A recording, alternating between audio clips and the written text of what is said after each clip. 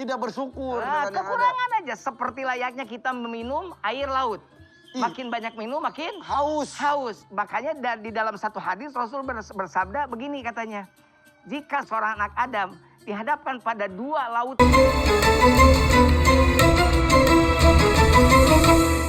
Waalaikumsalam. 1 miliar. Waalaikumsalam warahmatullahi wabarakatuh.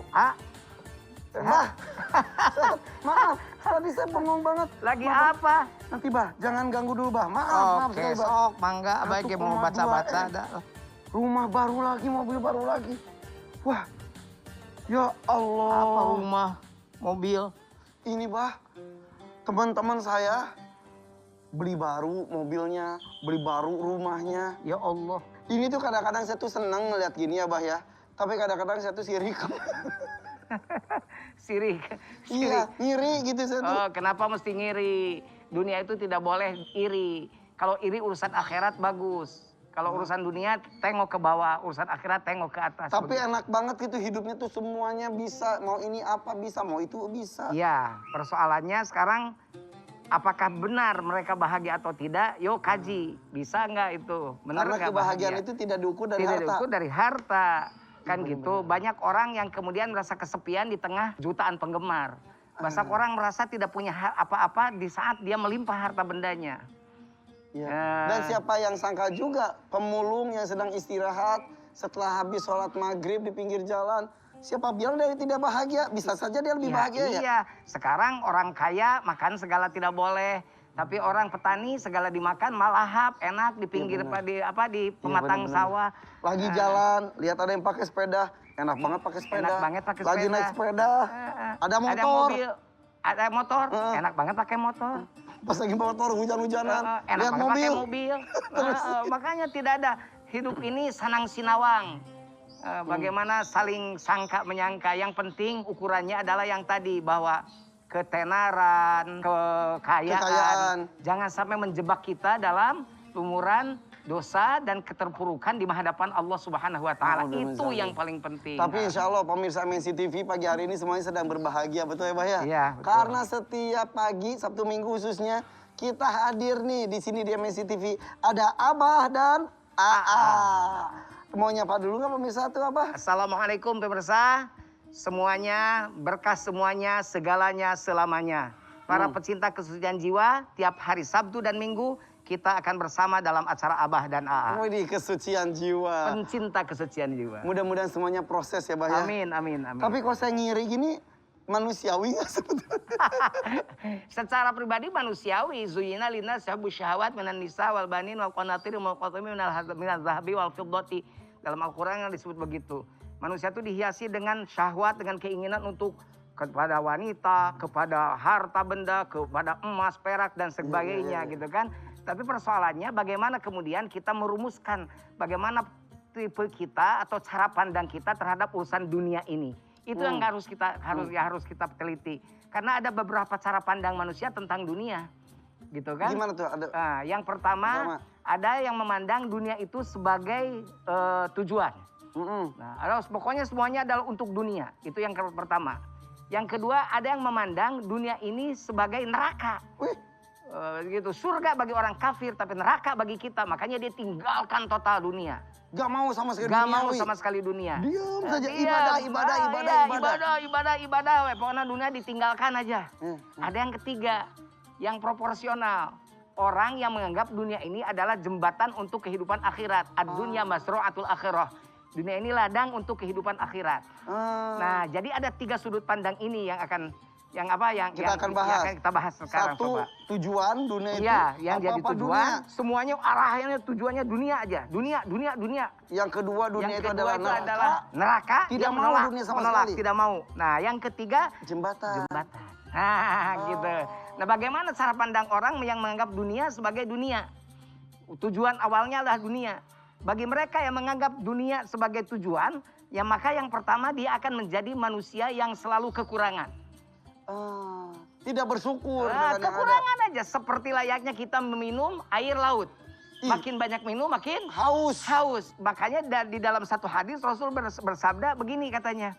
Jika seorang anak Adam dihadapkan pada 2 lautan atau 2 lembah mimal, Wadiani mimalin katanya fabtagha salisan, dia akan mencari yang ketiga. Tidak ada kepuasan. Iya, nyari aja. Sebelum punya mobil, pengen punya mobil. Udah punya mobil, pengennya lebih bagus. Pengennya lebih bagus lagi. Pengen yang mewah, udah mewah pengen yang klasik lagi. Iya. Kan begitu manusia. Pesawat pribadi. Pesawat pribadi. Satu kurang, tambah dua. Makanya yang pertama, dia tidak akan merasa cukup. Kurang aja terus merasa kurang. Kurangnya gimana, Bah? Iya. Kurang. Hanya dari sini sampai ke Cileunyi. Nah, gitu kan. Kurang aja terus. Yang pertama itu. Nah, orang yang seperti itu, maka yang tadi kata Rasul disindir, jika ada 2 lembah aja tentang harta, maka dia akan fabtagha salisan, akan dia cari yang ketiga sampai perut dipenuhi oleh tanahnya alias kematian. Bahkan ada teman saya cerita tentang temannya, dia tuh sampai tidak mau menikah karena takut hartanya harus dibagi dengan pasangannya. Mengerikan. Itu loh, Bah. Mengerikan. Nah, kalau yang rakus diibaratkan mazibani. Ya'ani. Nah, ada kata Rasul. Ada 2 serigala yang dilepas. Di mana? Kumpulan domba. Nah, kata Rasul itu tidak akan lebih berbahaya daripada seorang yang justru dia menginginkan dunia dan jabatan. Maka itu tidak akan lebih jahat daripada seorang yang berharap dunia dan jabatannya. Coba segala semacam sekarang saya tanya, kalau ayam makan apa? Padi. Iya. Sudah sampai di penuh hadi ini udah cukup. Iya, betul. Tapi kalau orang coba yang punyanya diembat. Apa? Padinya diambil. Iya. Kalau datang ketahuan dibunuh. Iya, betul. Semuanya diambil. Iya. Oleh karenanya maka yang kedua kerakusan yang akan ada. Hutan sampai dibabat habis. Dibabat habis. Iya, semua Iya. dibabat. Ketika banjir menyalahkan alam. Iya, menyalahkan alam. Barangkali di sana ada jawabnya. Nah, di sini ada paketnya. Makasih ya. Makasih, Jis. Paket apa lagi nih? Saya tahu, saya tuh. Ama banyak hadiah ya. Iya, banyak yang sayang pada saya tuh. Jadi Alhamdulillah. ke rumah tuh suka ada yang ngirim apalah gitu. Ya, alhamdulillah. Boleh izin? Boleh. Bah, saya buka dulu Tenang ya. aja lah, kita mau ngobrol aja santai, abah. Kenapa? Atau udah mal di penta, mending ketakutan begitu. Abah. Kayaknya mahal ya. Ya Allah, ini paket dari siapa, Abah? Kenapa? Ya udah, pemirsa. Ini bahagia apa mengerikan ini? Abah harus lihat, Abah. Dan Ya ya, Allah. pemirsa juga harus tahu ini isi paketnya apa. Sesaat lagi jangan kemana-mana. Aduh, Abah. Tetap di Abah dan AA. Ya Allah.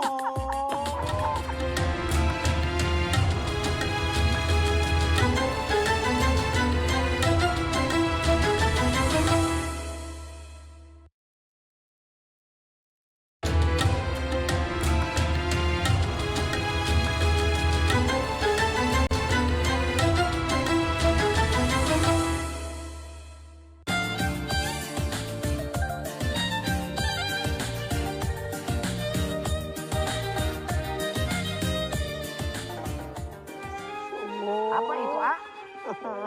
Sapa dulu pemirsanya, itulah saya lagi deg-degan, Abah. Ini pemirsa Abah dan AA, para pecinta kesehatan jiwa, tiba-tiba kita dikagetkan, Irfan dikagetkan oleh satu kiriman. Saya pikir itu karena bungkusnya bagus. Iya. Saya pikir sesuatu yang mahal, tapi kelihatannya dia ketakutan. Mari kita saksikan apa dia.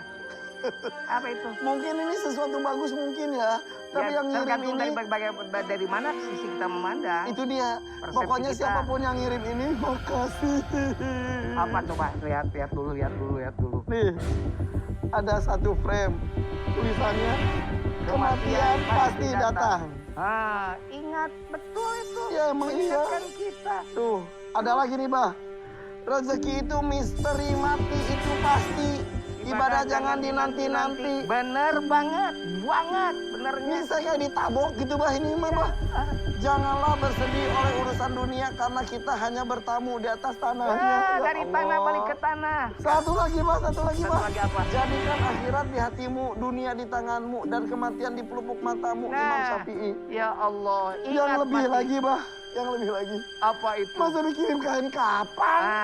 Ya Allah. Kafa bil mauti mawa'idho. Jadikan kematian itu menjadi pelajaran buat kita. Itu kita diajak untuk belajar ingat kematian. Jadi ini semuanya jadikan oleh AA teman baik itu ini. Ini adalah teman terhebat AA yang memberikan ini. Terus ini harus dipasang di kamar gitu. Pasang Biar jadi peringatan. Karena kan sesuatu itu kan bakalan jadi peringatan ketika terus dibaca. Seperti dream book kita. AA dulu punya dream book, buku impian. Maka jadi sekarang kematian juga harus jadi. Harus jadi, bukan ditakuti kematian itu, tapi dipersiapkan. Al-mautu babun wa kullun nasi dakhiluhu. Kematian itu adalah satu pintu untuk menuju ke kehidupan selanjutnya. Makanya tadi dunia juga salah satunya dianggap sebagai jembatan menuju ke akhirat. Dan pintunya itu adalah dengan kematian. Betul. Ada 3 sudut pandang manusia tentang dunia ya seperti yang tadi di awal saya katakan.